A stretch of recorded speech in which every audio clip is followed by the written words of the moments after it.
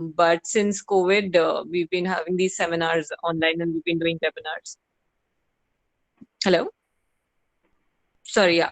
So we've been having these webinars, but the idea is to kind of engage with the community, be it students, startups, entrepreneurs, enterprise clients. So we have a mix of them. And today we reopened our club. So that's another announcement we do have to make, that we were recently closed because of the government guidelines and the outbreak of the COVID. But now that things are getting back to normal slowly, we have reopened the space and taken the necessary precautionary measures to ensure safety, like social distancing and mandatory health checks. So that's in place. So it's open, and feel free to visit and make a booking or have a free trial session at Wisdom Club in GK2. Our social media handles are Wisdom India on Facebook and Wisdom by MKDC India on Instagram as well. So you can also follow us for updates. And hope you have a great session ahead. And hopefully, we do see you at Wisdom Club soon. Yeah, Ambika, just a question there. So, what is that people on the call can expect from Wisdom if they are soon to be entrepreneurs who are actually, or they have their existing ventures? What kind of support can they extend? Can they expect from Wisdom? See, firstly, of course, as being a co-working space, we have world-class facilities in terms of workstation solutions. It's very centrally located, our Wisdom Club, which Ashish will vouch for. It's very well connected, and it's located at Savitri Complex in GK2. So it's a great meeting spot, and we also have a cafe, which is not open right now. But the idea is that we combine so many services and offerings in one place. Along with that, we're very committed to providing mentorship and incubation services. So that's why, since we have a tie-up with Turning Ideas, and otherwise also we do keep hosting a lot of networking events, industry connects. So anybody wants to get in touch with us with a particular idea or want to discuss their entrepreneurial journey, we do have the inroads in the industry to kind of help them with that as well. So it's a combination of the workstation solutions, the work-life balance we give, and also the mentorship opportunities that we do provide. So that's the whole proposition that we have at Wisdom Club. Thanks, Ambika. Thanks for that insight. I don't want to delay this anymore, and I would now request Ananya to talk more about, give a quick background and introduction of what you bring to the table, and then we probably jump onto the session for the today. Guys, I get a lot of questions on the chat saying that what else will be covered. Yashwadan, stay tuned, and we have towards the tail end of the session we have Q&A. So we want to make this super interactive. Keep on pinging if you want something to be addressed. I'll be moderating the session. Happy to take those questions in between with Ananya. He's got amazing experience. There's a lot to learn in next 1 hour. I'm looking forward to it. So Ananya, Great. Thank you, Ashish. Hey Ashish, the quick one. This is Pramod. I do not really see any slide deck it's or coming up. screenshot. It's coming up. Oh, okay, fair Uh, enough. uh, are you not able to see the deck? Not right now, Ananya. I think you got to. Okay. Let me Oh, just. yes, Uh, it's come up now. It's gone again. okay. Let me just try sharing it once more.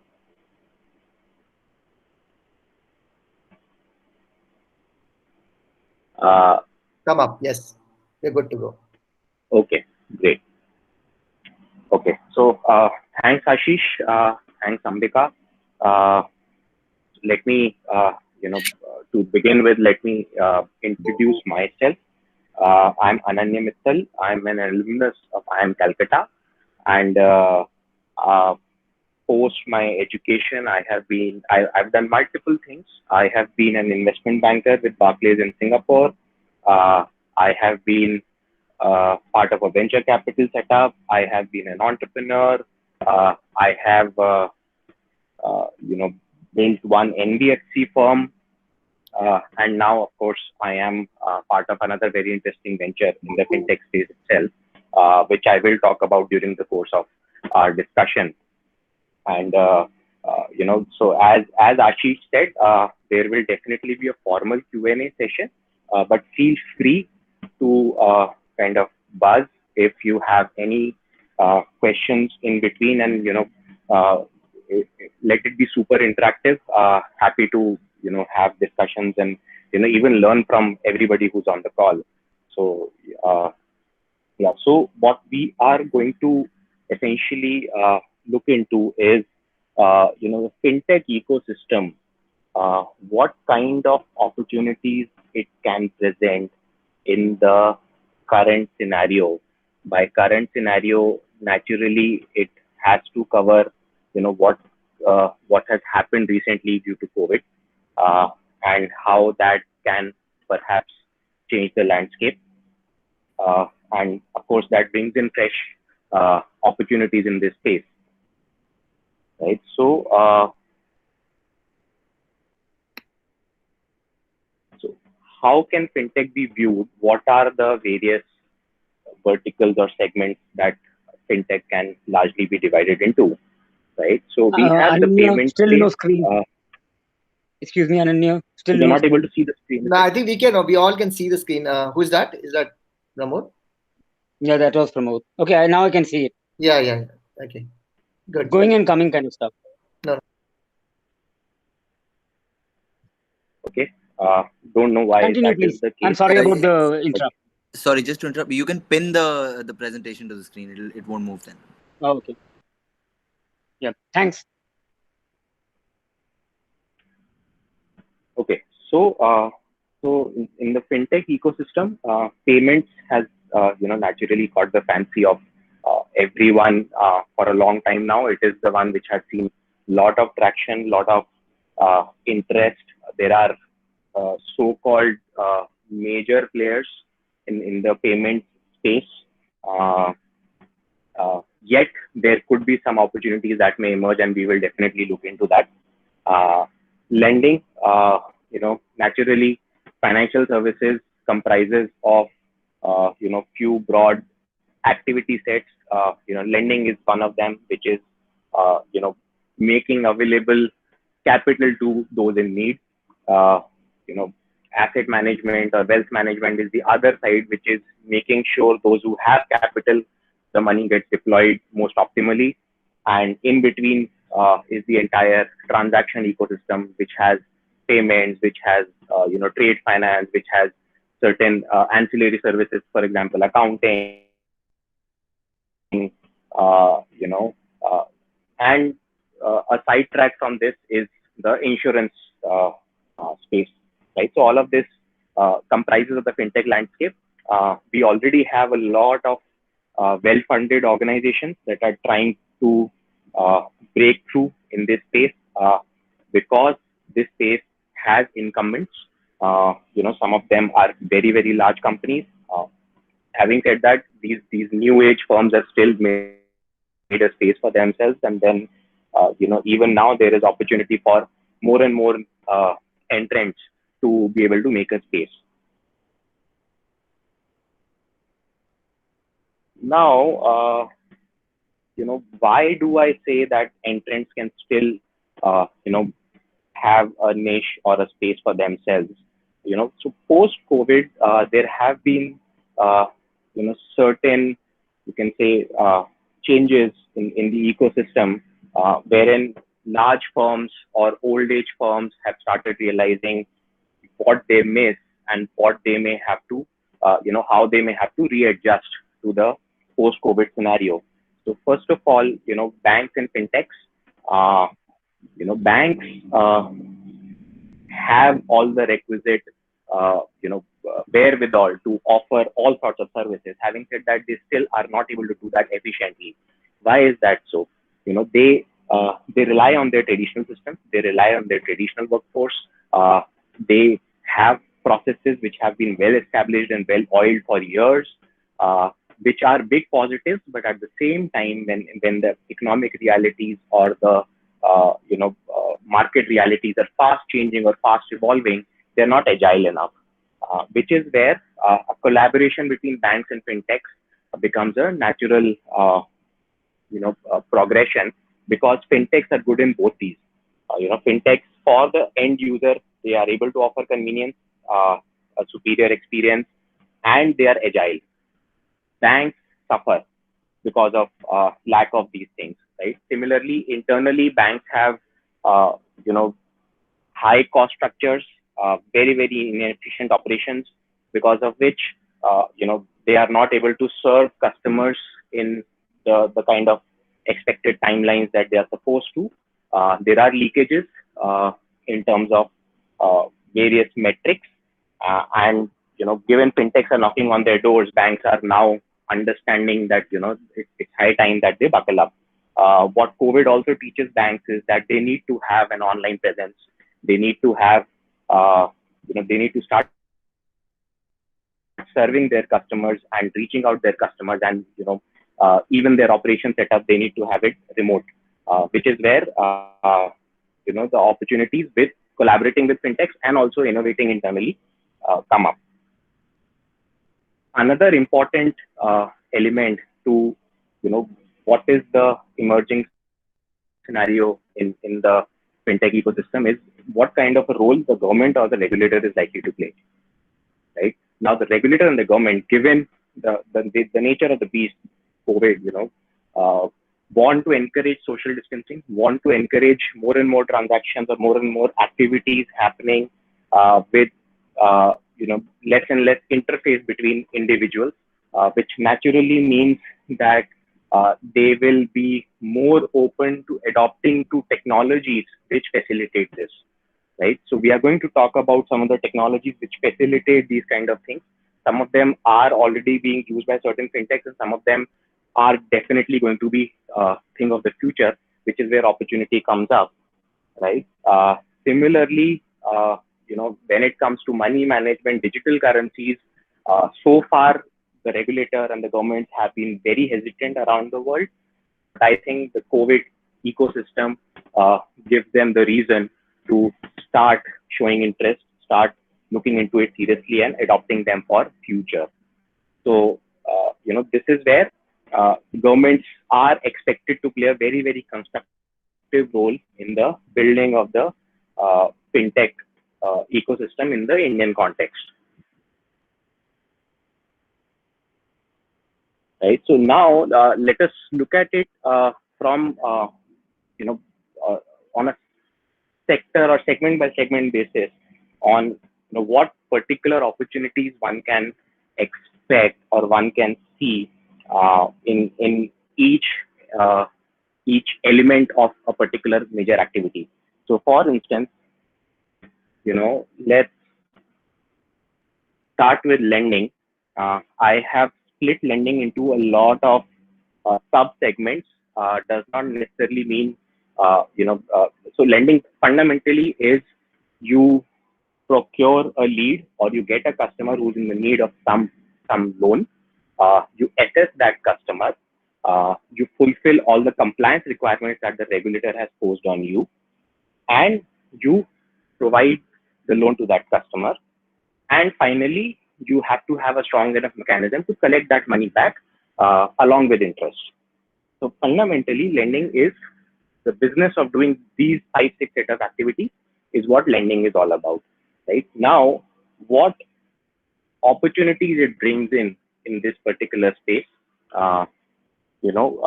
is into there are certain nuances within each of these elements that lending has, where these opportunities come up.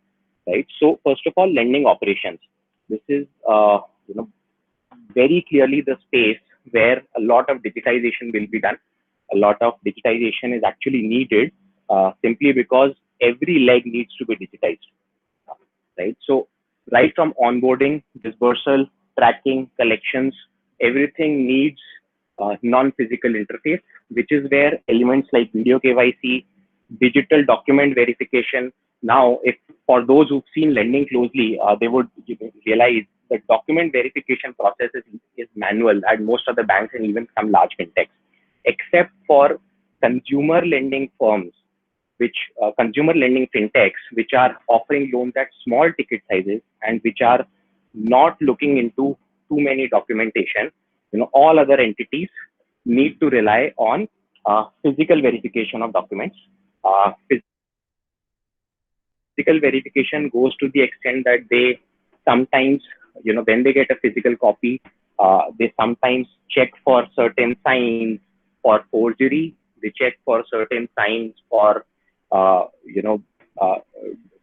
duplicacy or, an application that has been made in the past as well, repeat applications, right? So all that exercise, all that operational setup right now happens physically. So where does the opportunity come? The opportunity comes in digital document verification, right? If you can build a setup which can help verify these very documents, they could be government documents or they could be private sector initiated documents. But if verification is possible of these documents digitally, that is when fundamentally you transform how application assessment is done. You reduce timelines tremendously. You minimize mistakes in document verification, and also you eliminate the biases that may come from manual verification, which is where there is some element of there is some potential of corruption also emerging. So now there are some entities or there are some government facilities which can help you in building an enterprise which can serve in the document verification part. For example, you have the DigiLocker facility. You have where a lot of government entities have been integrated, and so if you can build a setup which can verify those documents against the government documents available from that DigiLocker ecosystem, that helps tremendously. There are firms that are trying to do that. None of them have made it through so far, and none of them have a foolproof technique so far. Aadhaar-based digital signatures, another space which has to have, which will become the norm in the future, simply because, right now, another area where physical touch happens in a loan application is when a person is required to, physically sign on documents.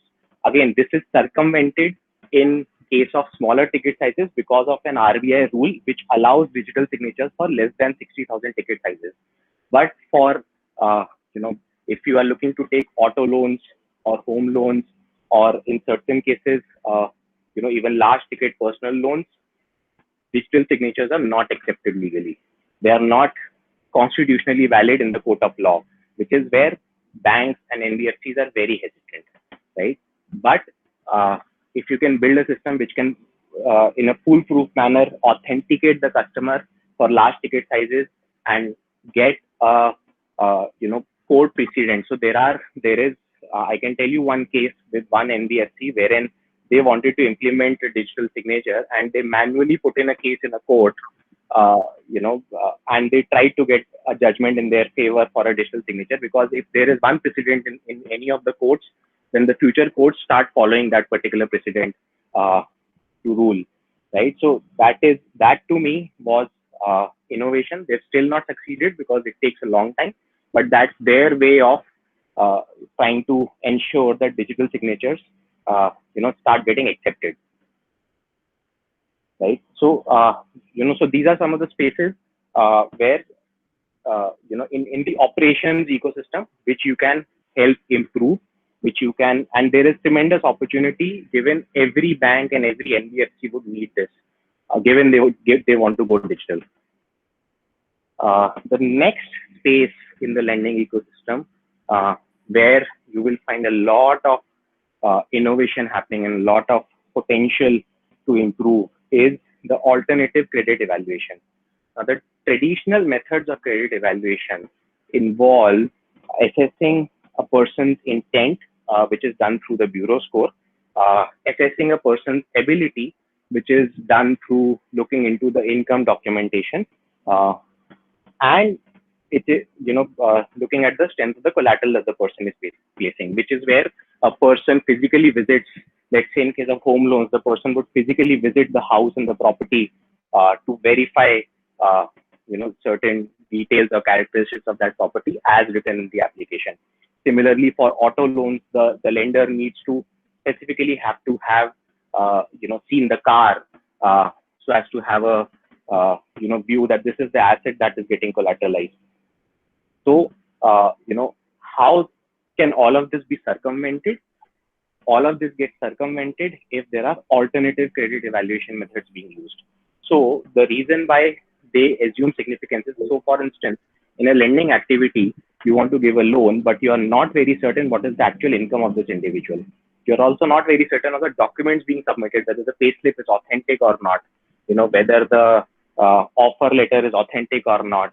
It is in India, given the nature of the consumers that we have, all these things are very, very difficult to be certain about. But what alternative techniques can be used?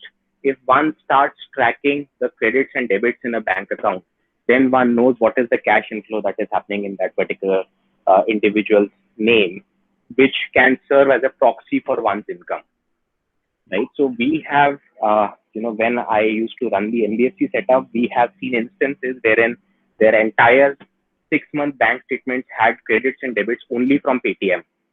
And, so basically they were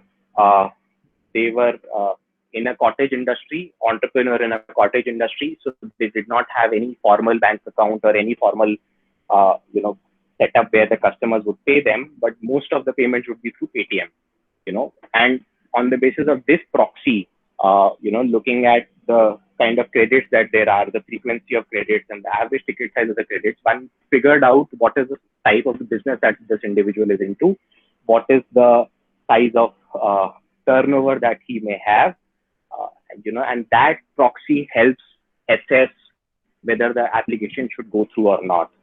Right now, this is an example of alternative credit evaluation. Similar alternative techniques can be used wherein bank SMSs can be leveraged. So Credit Vidya, one entity which has grown leaps and bounds by now, focuses on such alternative data points. Those alternative data points could also be, the credibility or the popularity of an individual in the social network. So, there is a firm in US called SoFi, Social Financing, which also focuses on, assessing individuals based on the strength of their social network and offering them loans, right? Similarly, now this is the consumer economy. This is the e-commerce age. So purchase patterns on e-commerce. If I don't have income proofs, I can rely on what is the purchase pattern of so-and-so individual or the applicant on an e-commerce website. And that allows me to build a proxy for what kind of income he may be having, right? That again suffices for my need to know whether this person will be able to pay back the loan that I offer him, right? So these are variety of alternative credit evaluation techniques which can be used. Application of alternative credit evaluation also comes under fraud forecasting and anti-money laundering. So, for instance, if I am able to see that the person is not able to show me a strong income proof, but his, spending as a consumer is very high, now that is a red signal for me as well, which means he has some alternative sources of income, which he is either not willing to disclose or they are,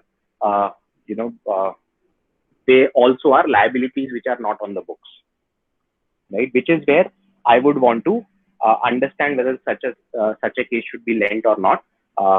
One also can, identify what all cases are, fraud cases, what transactions are fraud and what transactions are not fraud. So, for instance, we've seen bank statements where there were transactions on a Sunday. There was a salary credit on a Sunday, and we knew that no bank payment system allows transfers on a Sunday, right? Which is where it raised the red flag, and we were able to catch the fraud, right? So these are now. Why I'm focusing on such minor aspects is because this is where these are the niches where the opportunities lie.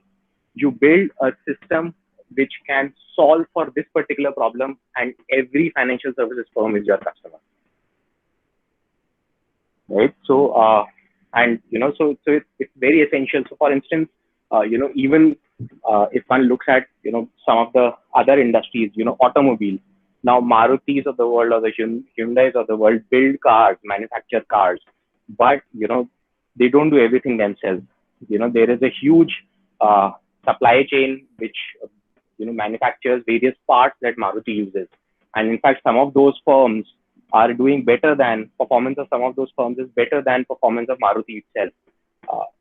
as businesses, in terms of profitability, in terms of leverage, in terms of they may not be as big as Maruti in terms of size, but in terms of all the other parameters, they beat Maruti's performance handsomely, which is where some of these firms who serve, some larger entities playing in the market, you know, have the potential to be superstars in their respective spaces. So, Ananya, I have a couple of questions on the last. I think lending is an interesting space, and as part of our portfolio, we have a credit assessment investment also. This juncture, considering the COVID-19 situation and government coming out in the lending space, what do you think should be a sweet spot? Should the people on the call should look for micro lending space as an interesting space, or the second follow-on question is, do they really need an NBFC before they actually tread into lending or lending operations or credit assessment space? And the third part of the question is the technologies like blockchain. I think someone on the call kind of wanted to understand how well can we actually leverage technologies like blockchain and ledger for lending operations. Sure. So, let me try and answer it one by one. Can you just repeat the first part of the question that you had mentioned? First was micro lending versus large lending. Okay. So, post-COVID scenario, naturally, the requirement for loans is going to go up by leaps and bounds, simply because the liabilities haven't changed, but the incomes have kind of stopped or even pushed forward for a lot of individuals. For a few of them, while the incomes have not stopped, the certainty of the income has become lesser and lesser, right? Which is where there is an increased interest in servicing some of current needs by using debt, right? Now, in this particular situation, firstly, what one needs to focus on when the market is so huge, one definitely needs to focus on strength of the books, because if the individual, fundamentally will not be able to pay back, then it makes it super difficult for you to sustain as a lending business, right? So most of the current NBFCs and banks have realigned their credit evaluation methodologies to try and offer it to people with high credit. Having said that, and I'm coming to how that correlates to micro lending versus large ticket sizes. So having said that, if everybody starts playing in the same ecosystem, then it's very hard for a new age NBFC to make inroads, which is where newer markets become important, right? So as far as the credit evaluation is concerned, immediately after COVID, I don't think it's the best time for one to be too open to taking risks. But what is interesting is if one can offer services in a newer market, which is where you said micro lending, or one can offer services in a space which banks don't want to touch or traditional NBFCs don't want to touch, that offers opportunities, right? So so between micro lending and bigger ticket sizes,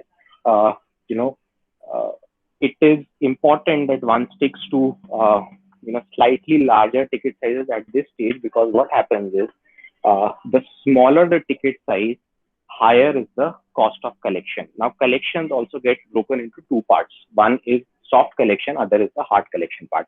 Soft collection can be entirely digitized.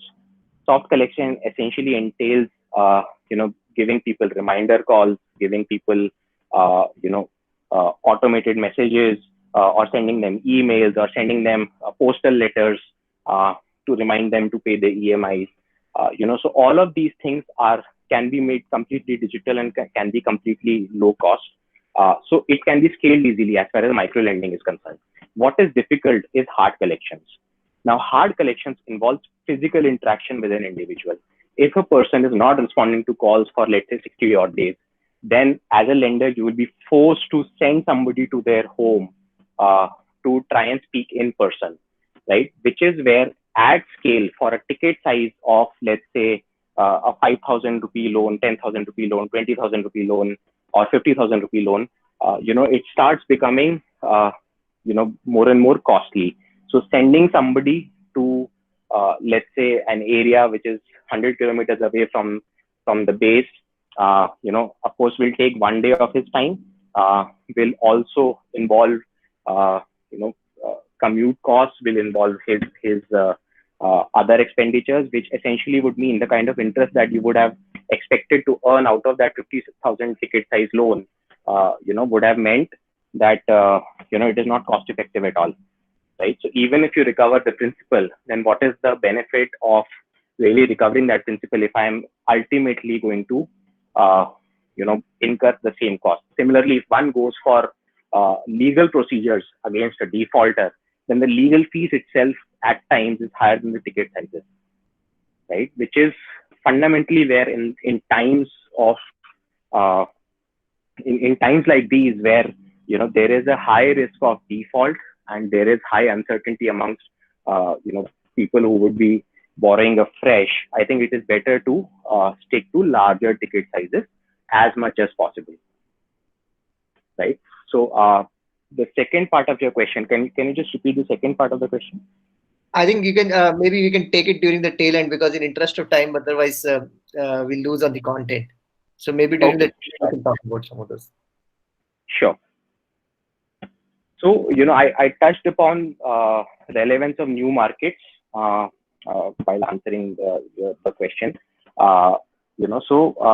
Why opportunities come up in new markets is because the current banks and NBFCs, given the stress in their existing books and given the reluctance, given the uncertainty in the traditional spaces, they would want to remain, very, very constrained to offering it to good type of profiles or people with more certainties of income, right? Which is where an opportunity to explore more markets without compromising on such good profiles comes up.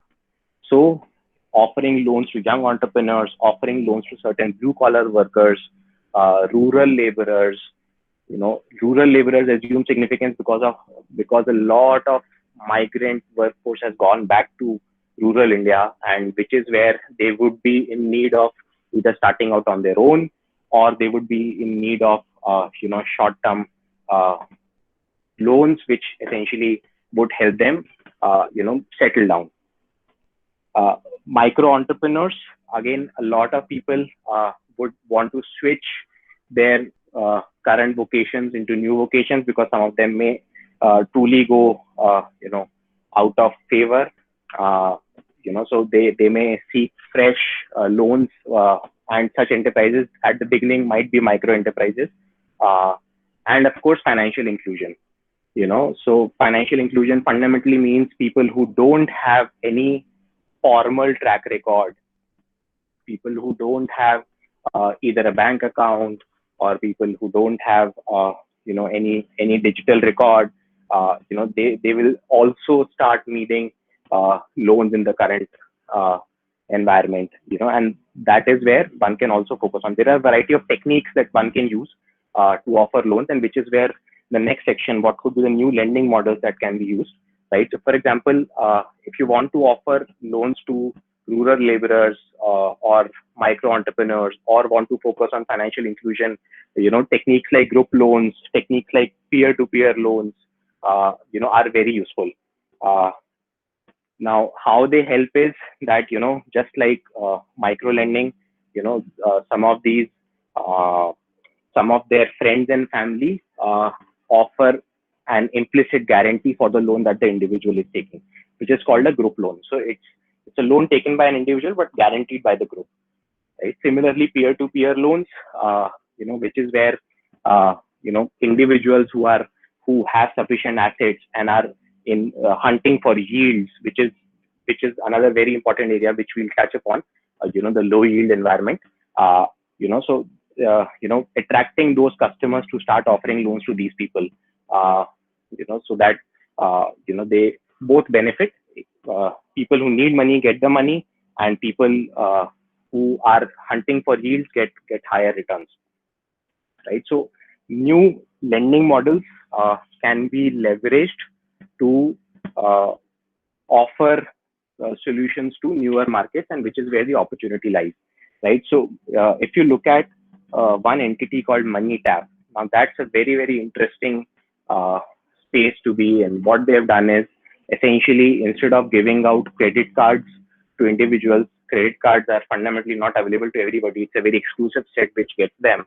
They've made loans available to everybody in the form of a working capital line or in the form of an overdraft, which through an app they can uh, avail instantly, right? So now that's a very different model to offering loans individually for every specific need, right? So now those are the kind of newer age lending models that will come up. Similarly, digital credit cards, digital cash cards should see more and more traction, given people are very hesitant to now exchange cards or use those cards on POS devices.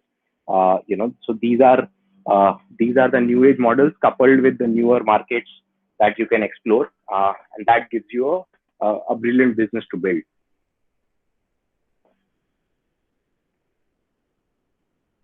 Similarly, in the SME space, there is a huge problem of supply chain finance. There are many names for it. Trade finance is also part of the same category, wherein one takes working capital loans to be able to supply goods and services up the value chain, or takes working capital loans to be able to procure goods and services from down the value chain, right? Now, even in this space, there are a few entities that have recently started and are doing fairly well. So Off Business is one such entity based out of Hyderabad, who's doing well, but this is very, very largely untapped. Now, why this assumes significance is, I'll tell you a case study. So in the auto sector, before even the COVID happened, there was a slowdown in the new car sales that was being seen, right, in the year 2019. Now, part of the reason for that slowdown was that the dealers who used to sell these new cars were not able to get these working capital loans for them to hold the inventory. Because they were not able to get these working capital loans, they would typically rely on taking orders from customers and then giving them delivery after 30 to 60 days, which is where in a lot of cases what would happen is people would change their minds, or people would not go through with the sale, or people would just not commit, because if a car is going to be available after 30 days and I want to use it on a family event or on a festival, it's not available for me, which never used to be the case earlier, which is fundamentally the reason why the sales dropped, right? So there was no problem with manufacturing. There was no fundamental problem with actual demand. The problem was trade financing. And they were not getting financing from certain top tier banks and NBFCs, which was at attractive rates.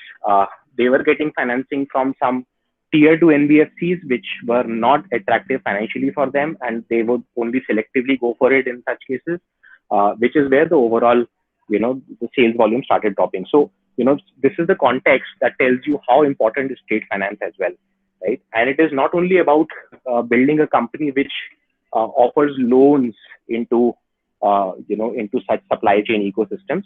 It is also about how can you simplify lives of companies who are doing so. So, for instance, if you can help reduce risks or probably accelerate certain trade processes, that is a huge value add, right? So, similarly, similar to what we were discussing earlier, digital trade document processing, right? So, a working capital loan is given on the basis of trade documents. So, processing of those documents digitally, right?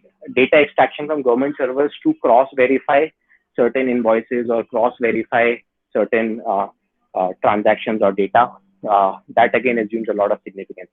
Compliances, whether the entity is complying as per regulations of that particular industry is a huge input for any lender.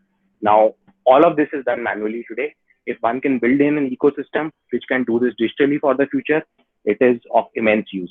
Fraud checks, we discussed this earlier. Again, this assumes a lot of significance. in the trade finance ecosystem, because a lot of frauds happen in procuring working capital loans and not servicing them later. Right. Similarly, post the loans have been given out, there is an important leg called collections, and along with it, there is an important leg called collateral management. So loans can be of two types. One is collateralized loans, other is uncollateralized loans. Uncollateralized loans are the ones, given by, entities without any collateral. So, personal loans fall into that category. Consumer loans fall into that category. Typically they don't take any collateral. You can take an instant loan to buy a mobile phone or any white good, AC, fridge, television, right? But the moment you move into some high ticket sizes, for instance, cars and houses, or sometimes for business loans, you need to provide capital in the form of inventory, right? Collateral, sorry, in the form of inventory, and which is precisely where one should be able to manage that collateral well. The reason I say management of collateral is very important is because in case of default, it is that collateral that you use to realize the outstanding amounts that you have. Right now, an example of managing the collateral: if you've given loan against a car, you should be able to, at the bare minimum, track the car where it is in case of default. If you are not able to track the car itself, you will never be able to repossess. If you're not repossessing, you will never be able to sell it. Right. Similarly, for homes, you need to be able to track that the individual who had taken a loan is still living in that house. The house is in still good condition, and the value of the house and the locality is not depreciating.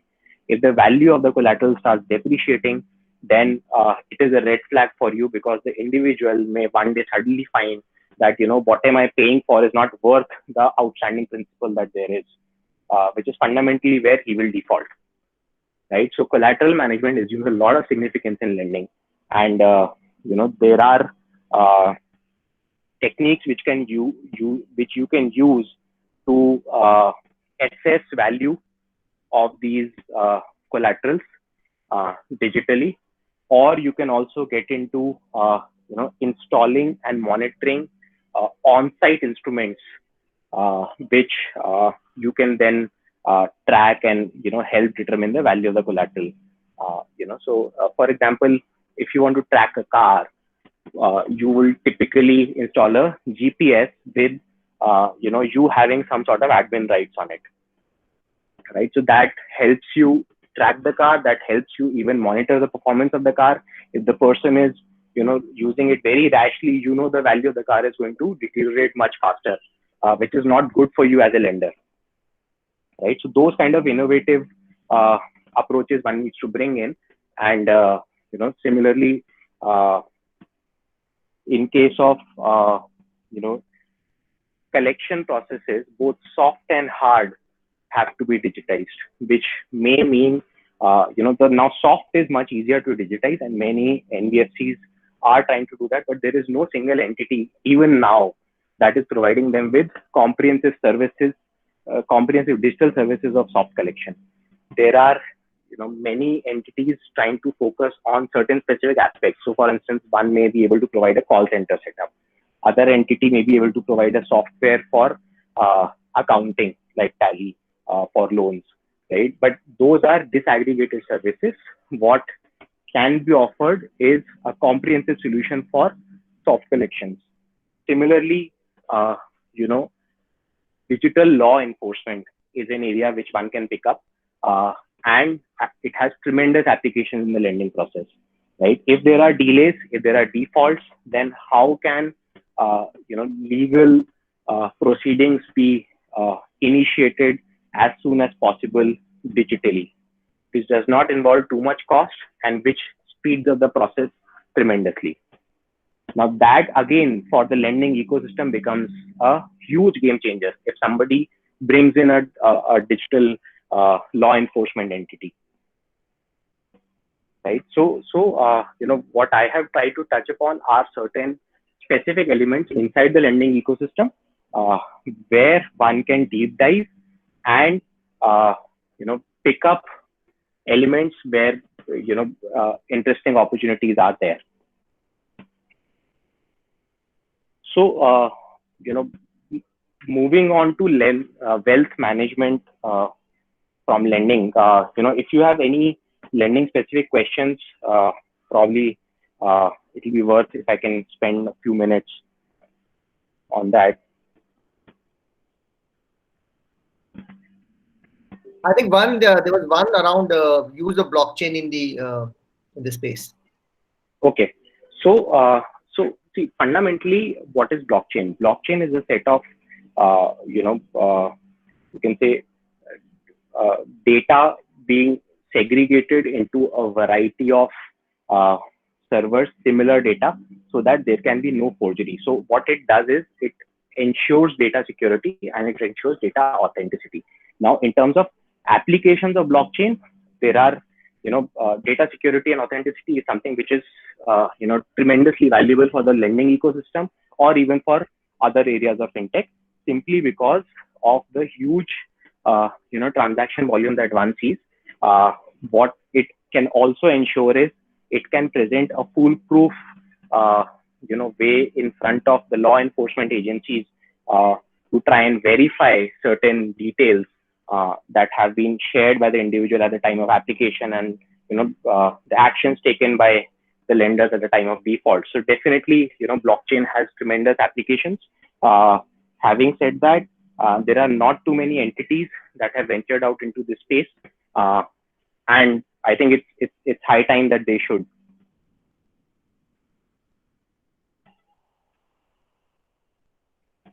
Thanks, Anand. Yashwant, if you want to ask, if you have any follow-on question on that, please feel free to ask. Hi Ananya, this is Pramod. Yeah. Pramod Gopal. Just wanted to have your thoughts with respect to trade finance. Trade finance coming from the small and the medium-sized banks, which could be rated or the non-rated banks, and then going up to the rated banks.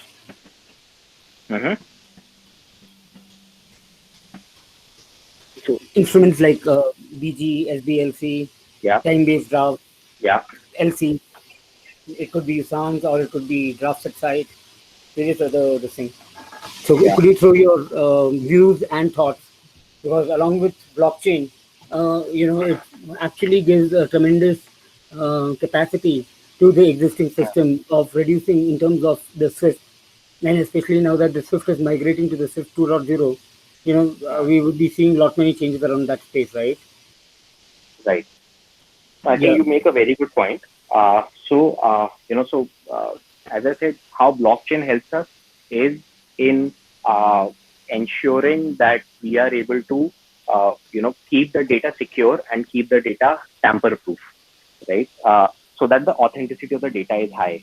Now, in terms of offering facilities like, let's say, letter of credit, now that is something which can definitely be delivered through blockchain and can be monitored through blockchain as well, and which offers tremendous differentiation and security as well as cost effectiveness to entities and to the borrowers as well as to the lenders.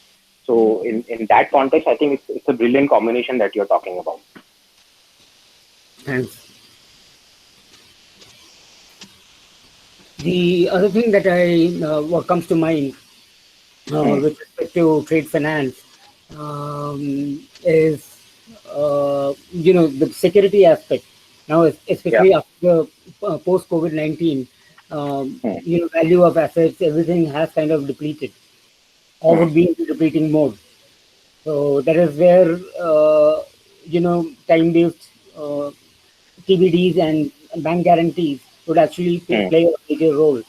But what is your thought on platform funding? Does it really exist? Does it really happen? No, what do you mean by platform funding? I would like to understand that a bit. See, there's more of a terminology that is utilized whereby people buy sovereign bonds and all that kind of stuff. So they put in capital market funding through capital markets, you mean? Eventually, yes, to the capital market. But before that, it has been taken out of the sovereign bonds. No, so I'm trying to understand. You can take this particular question offline. You can. Yeah, in interest of time, let's do this offline bit. Sure. No, I think it's a interesting thing to talk about, and then but let's take it offline. For the moment, let me just try and move on and see some of the other opportunities. So from lending, we move to wealth management. Now, wealth management is traditionally a service which was available for the high net worth individuals or the ultra high net worth individuals through private banking arms or the wealth management arms of the large banks, right? So even the smaller banks did not used to focus on wealth management.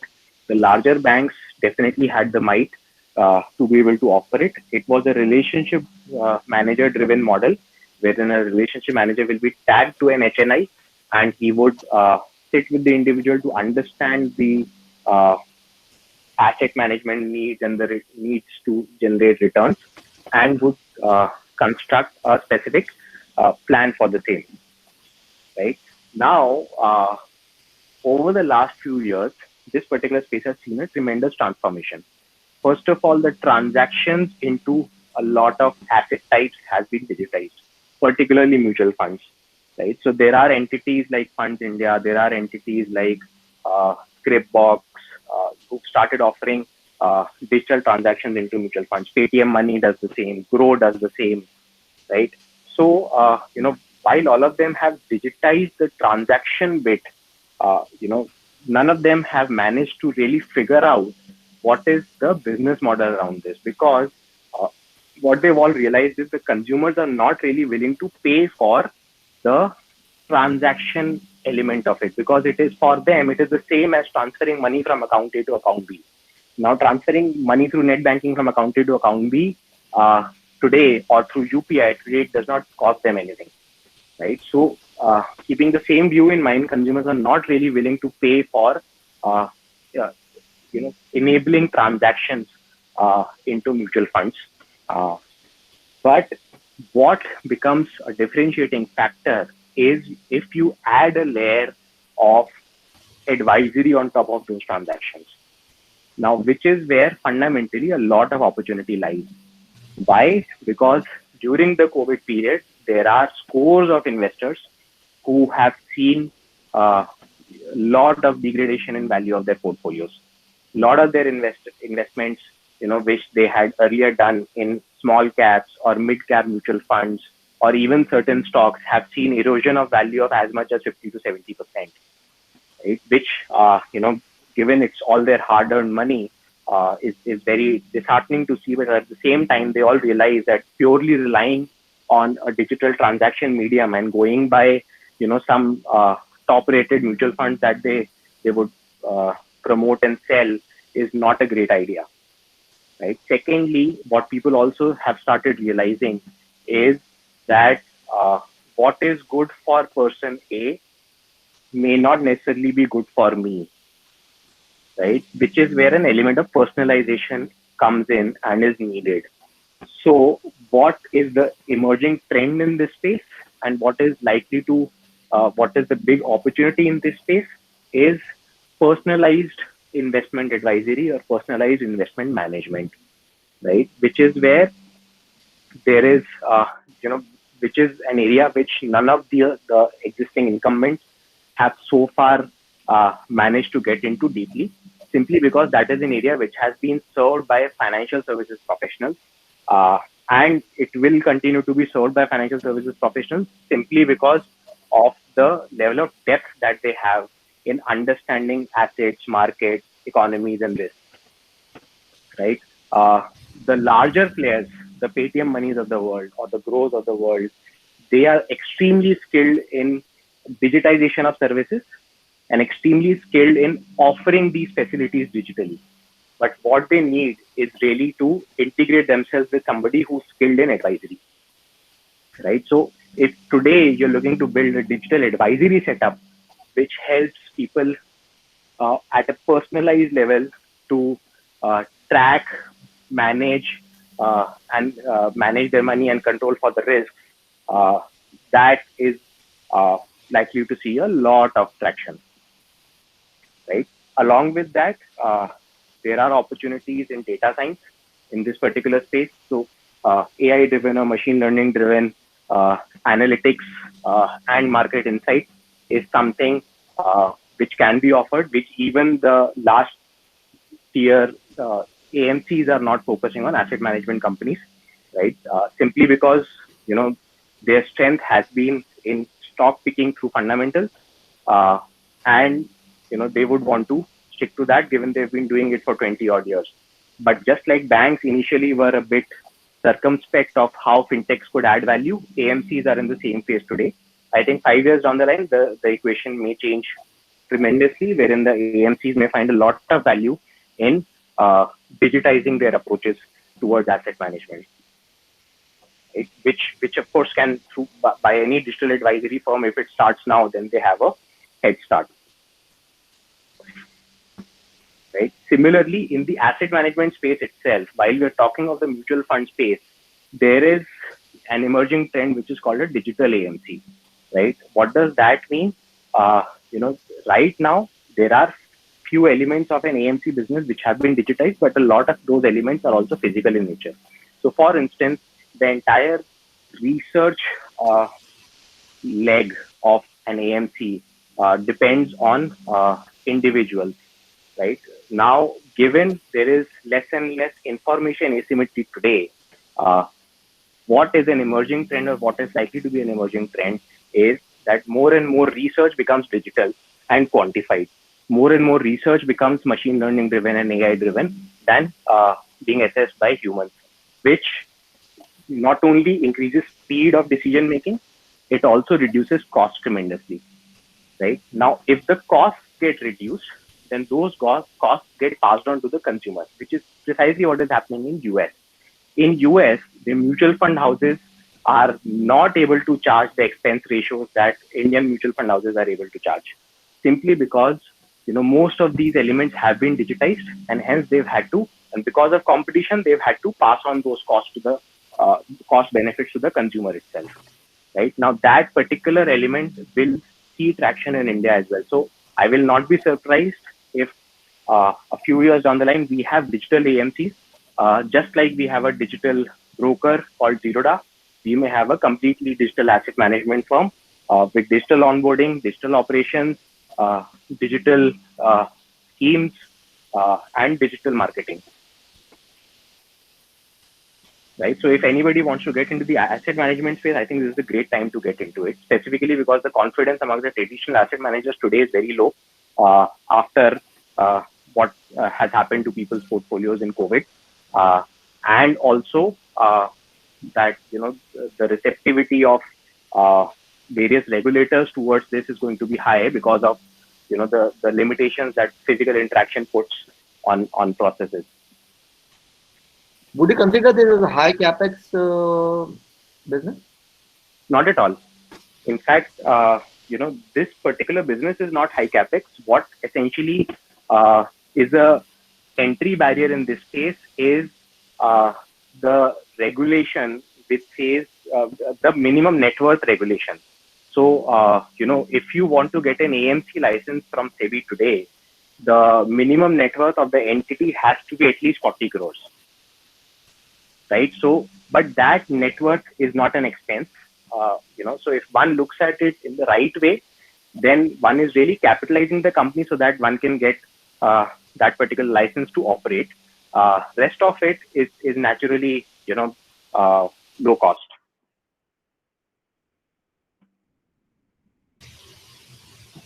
One quick question or suggestion is that, see, don't you think that blockchain itself would lead to privacy breaches, because if there are going to be different multiple entities which would be maintaining the sanctity of, you know, the logbook? Mm-hmm. Don't you think that is where encryption will help, na? Okay. Why would you want to keep data unencrypted? Sure, I got that point taken. Well taken. The other thing was with respect to the dark web. What are your thoughts on that? With the dark web,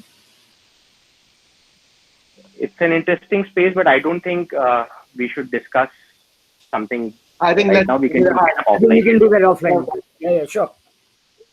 Okay. So, So moving on. yeah, she will take it offline. Not Yeah. a problem. Yeah, sure. Okay. So from wealth and asset management, we move on to what do we see in the insurance space. Now, one of the important repercussions of COVID is in the insurance space, where insurance firms today are scared of a large amount of liabilities that are going to come their way, because they have doled out loans. They have doled out insurance plans, which in some way or the other cover the COVID scenario, right? So, this is definitely a black swan event, but this black swan event is going to get realized for some insurance firms. Smaller sized insurance firms may not be able to survive or may look for mergers. Larger insurance firms definitely should be able to bear the brunt.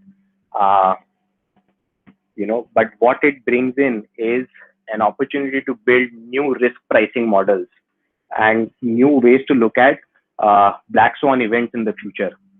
How to price certain black swan events so that the insurance firms are still protected in case something materializes. Right. Similarly, newer solutions in the name of, let's say, COVID insurance or ICU insurance. Some of the major cost factors for any individual when it comes to healthcare is spending money in a private hospital in an ICU for 30 odd days. So now that specific leg could become a new product. COVID could become a new product in itself. In fact, one of the entities, Digit, has already launched a COVID insurance scheme for people, specific to this particular ailment. So, people who are underinsured against certain specific spaces, this is where an opportunity comes up. Underwriting, as we said, black swan events need to be repriced and new models need to come up. Now, machine learning and AI, this has been in discussion even pre-COVID, but this assumes even more significance now, given, there will be a hit to the bottom lines of a lot of insurance firms. If there will be a hit to the bottom lines, one of the ways to come out of that is to quickly grow the business in newer territories through newer solutions. And that is where machine learning and AI, can help open up new markets, can help give attractive solutions to even in the hinterlands, and that is where I think the real opportunity comes in distribution in insurance of these newer products in the hinterlands. Right. And finally, insurance itself will become personalized. What we are sold today are products. What we will get sold in the future are solutions which fit my needs. So if I am a 30-year-old individual, with no liabilities, I may have a different insurance plan. If I am a 30-year-old individual with, let's say, a high body mass index, I may have a different insurance plan. So it will become very, very personalized going forward, and that is where another opportunity comes in. Even evaluating consumer behavior patterns. So if I start evaluating where are the credit card spends, if those credit card spends are on eating out, then of course as an insurance agency I would price it differently. And if those consumer spends are more on family matters, then I would probably price it differently. So a lot of personalization scope is there in terms of underwriting and building new solutions in the insurance space, and that is something new models can be thought of, and new models can be pitched to these insurance firms who themselves want to solve this. It's definitely not easy, but that's where the opportunity lies.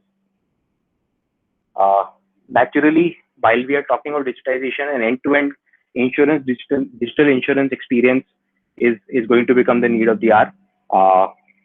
Insurance may also start having a robo-advisory feature, simply because a lot of people have this question of what insurance is suitable for me.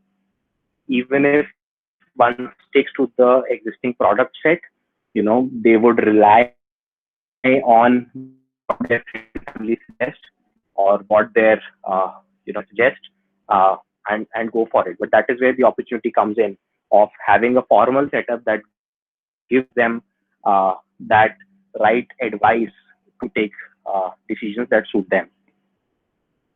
Right. Similarly, we've discussed fraud detection earlier. Also, fraud detection has applications in insurance also. So, let's say one is taking motor insurance. Again, to understand the true value of the collateral today is a real challenge for an insurance firm. While they may come up with digital techniques to ask people, where they ask people to click photographs of their respective cars or vehicles and look at the app, what really is needed to be able to assess the true value of the car from the photographs itself. Right. Similarly, to be able to see if the cars are not tampered with. A lot of times people would tamper their odometers on cars so as to pay a lower insurance premium, right? And to have a higher market value when they go on to sell the car as well. Now, how can these frauds be detected digitally is an important aspect that these entities can surely leverage on. If somebody focuses on digital fraud detection, I think that has tremendous application across fintech space.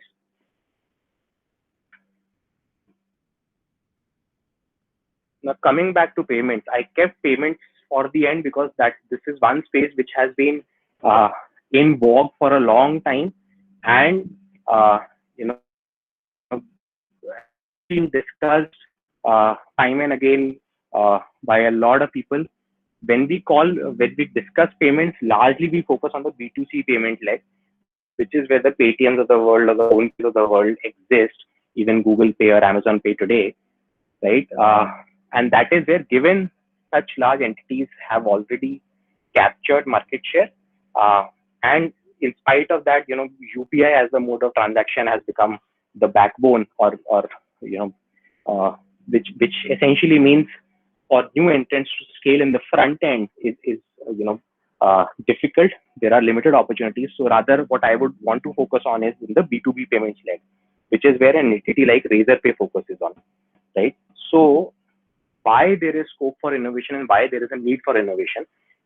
The reason is that these entities have been forced to earn zero MDR from SMEs, right? So they all have pushed for SMEs to start adopting digital payment methods, and they all have been pushed by the regulator to not charge anything as MDR on these, right? Which of course beats their business models, which was their fundamental business model, and that is where they will now try to innovate, and that is where newer entities also think of innovative solutions. That can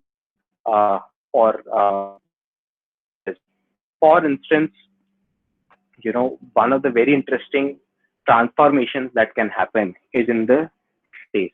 So software as a service for extending digital facilities to the same SMEs in terms of payroll, in terms of the reimbursements, in terms of the vendor management, even the neobanking / accounting. I've included neobanking and accounting in this space because essentially this is what it serves. Neobanks today are trying to reinvent the way accounting is done by SMEs, right? Similarly, they're trying to, for the consumers, make it more user-friendly, the way banking is done, right? So, but fundamentally what it essentially is it's a skin on a traditional bank's infrastructure, right? So similarly over here, what the transformation can be into a SaaS kind of a model, wherein one starts offering these new age services to all these SMEs, and essentially the hook initially can be payments, wherein you start offering payments or wallets, but you then get them acquainted with these kind of products. An entity like ClearTax is working in the same direction. An entity like Razorpay might go in the same direction, right? And naturally, once you have these kind of relationships, I think SME lending becomes a natural progression. So lending on the back of transaction data from these firms is where the opportunity lies. Right now, how as a new age startup I can work on that? I can work on building models that can assess the transaction data and determine the ability of the individual to repay, determine how to, at what points in time to debit the account of an individual so that the loans get repaid in time without defaults. That is essentially a data science / AI / ML exercise, and that those business models will be in a lot of demand by a lot of these B2B payment focused firms. Right. So payments ecosystem, B2C has limited applications for innovation right now, and whatever happens, I think a new entrant might find it incredibly difficult. But B2B still offers opportunities. Neo banking is the emerging area, as we've seen over the last 1 year at least. They all still need to get some traction, but I think they've made a start. Lending is something which will naturally become huge on the back of this transaction data. Right. So we've covered lending, we've covered wealth management, we've covered asset management, we've covered insurance, we've covered payments. There is one essential cog in the wheel as well, which I think we should touch upon, and that is what can we do with the government and what can we do in some of the other support infrastructure. So we've touched upon e-sign, right? Now that definitely assumes significance for entities across the fintech ecosystem. There are two types of other services that are likely to become mainstream in the future. One is account aggregation. That essentially means collating the details of an individual across sources, be it bank accounts, be it mutual fund accounts, be it their insurance, and aggregating that and presenting a uniform view in front of a lender or in front of a financial planner. That aids assessment, and that aids better decision making for these entities. Now, so account aggregation in itself is likely to be a huge space in the future. RBI is very bullish on account aggregation, and if people pick this up today, if they're able to convince the RBI of letting them build a tech-oriented solution to integrate all of this and offer this as a service, I don't think it's going to ever fail. It also allows building a new form of alternative, credit scoring techniques. If I have so much data from all the entities who are touching that individual, I think I know the individual more than perhaps the individual himself. Right. Similarly, I think the next space that is going to see a lot of traction is guarantees for loans. Now, what is the big roadblock today in the economy? Even though the RBI has been reducing rates, those reduced rates are not, being passed on by banks and NBFCs into the broader economy, right? So rates are not being reduced. Also, the volume of fresh loan dispersals that are happening are very low, right? Which essentially was not the objective of RBI. RBI wanted all of this to kind of kickstart aggressively, but banks are very reluctant. Why are they reluctant? Because of uncertainties, right? How can you solve for those uncertainties? Start offering implicit guarantees. The moment you start offering guarantees to loans that people are taking, it could be in collaboration with government. It could be as an independent private entity for a fee, but that guarantee setup is something which makes lenders very comfortable, and that deepens market penetration. That helps kickstart this entire cycle big time, right? So that is a very, very important plug that one can, that is needed for the economy. And I think if any entrepreneur picks it up, it's again going to be a game changer. So, I've put in Perfuse as one of the examples over here. I'm sure most of you know what Perfuse does, and that is, that is one of the ways in which they have revolutionized the lending industry. That is, they read bank statements, they read PDFs of bank statements or scans of bank statements, and make it available in machine readable format for consumption of the lenders. On top of that, the lenders can do all sorts of analytics and assess an individual's profile effectively and quickly, right? So that is one of the ways in which they've done it. So new initiatives in this particular space could be in these two particular verticals: account aggregation and loan guarantees. So I think we have we've covered all the important elements or areas that can potentially offer opportunities. Happy to take any questions, any thoughts that people have. Happy to have discussions.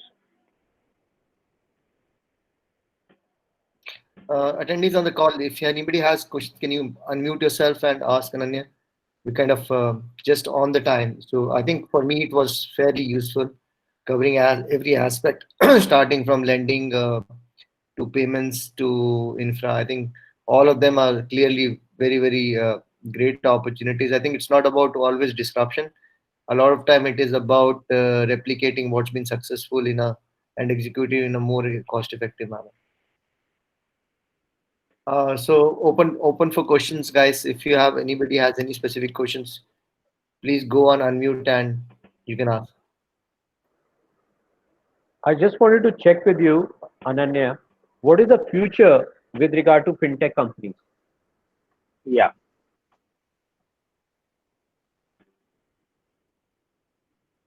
So, in terms of, given we are discussing the scope of innovation, that is with an inherent assumption that the future is supposed to be very bright. In fact, fintech is one space, according to me, provides maximum potential for growth and new age development. It is being certainly aided by COVID, but even without that, I think fintech is definitely the space which is going to be the next thing.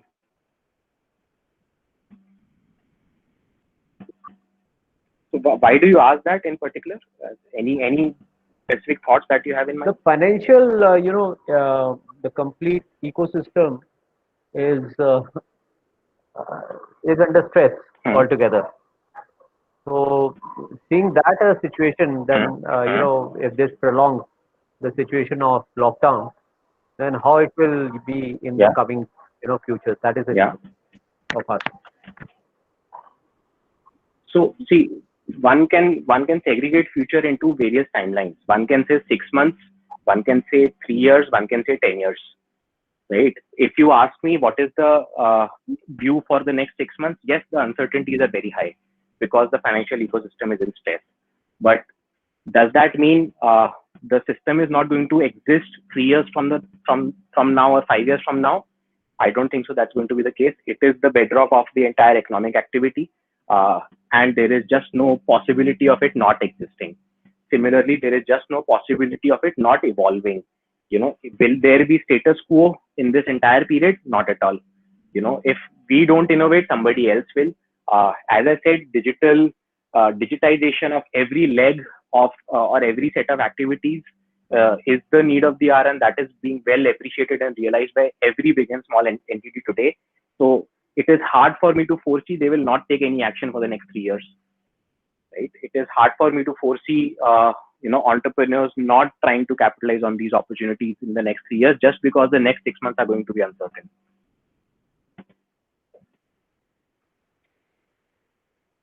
Thanks, Ananya.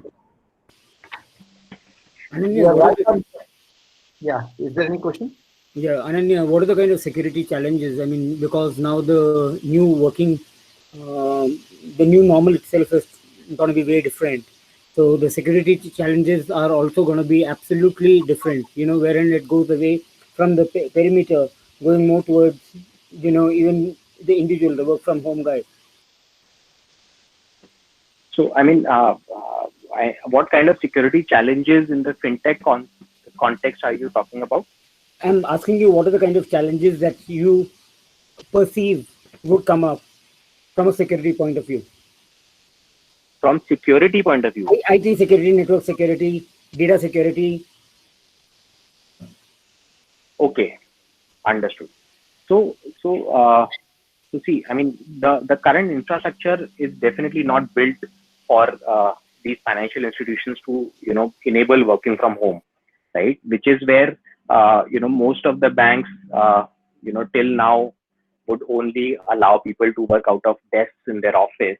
So now it is definitely going to open up vulnerabilities, allowing people to their desktops, or allowing people to access things on the cloud, opens them up to vulnerabilities because they've never been prepared to this extent. So in the short run, these vulnerabilities may be there, but will they be able to address it? Definitely yes. The banks have the wherewithal and the understanding to address it, and the IT service providers have the wherewithal to solve it for them.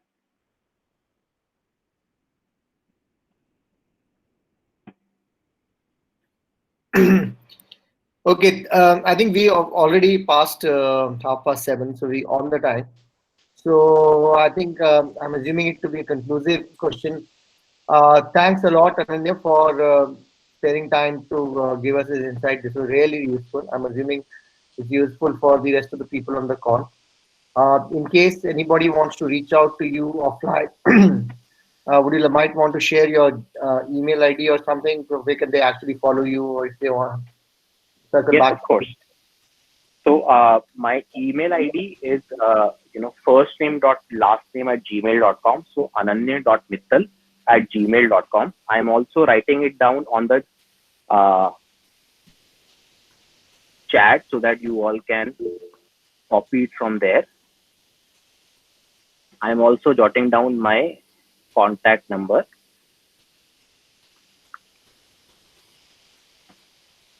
So you can reach out to me on phone as well.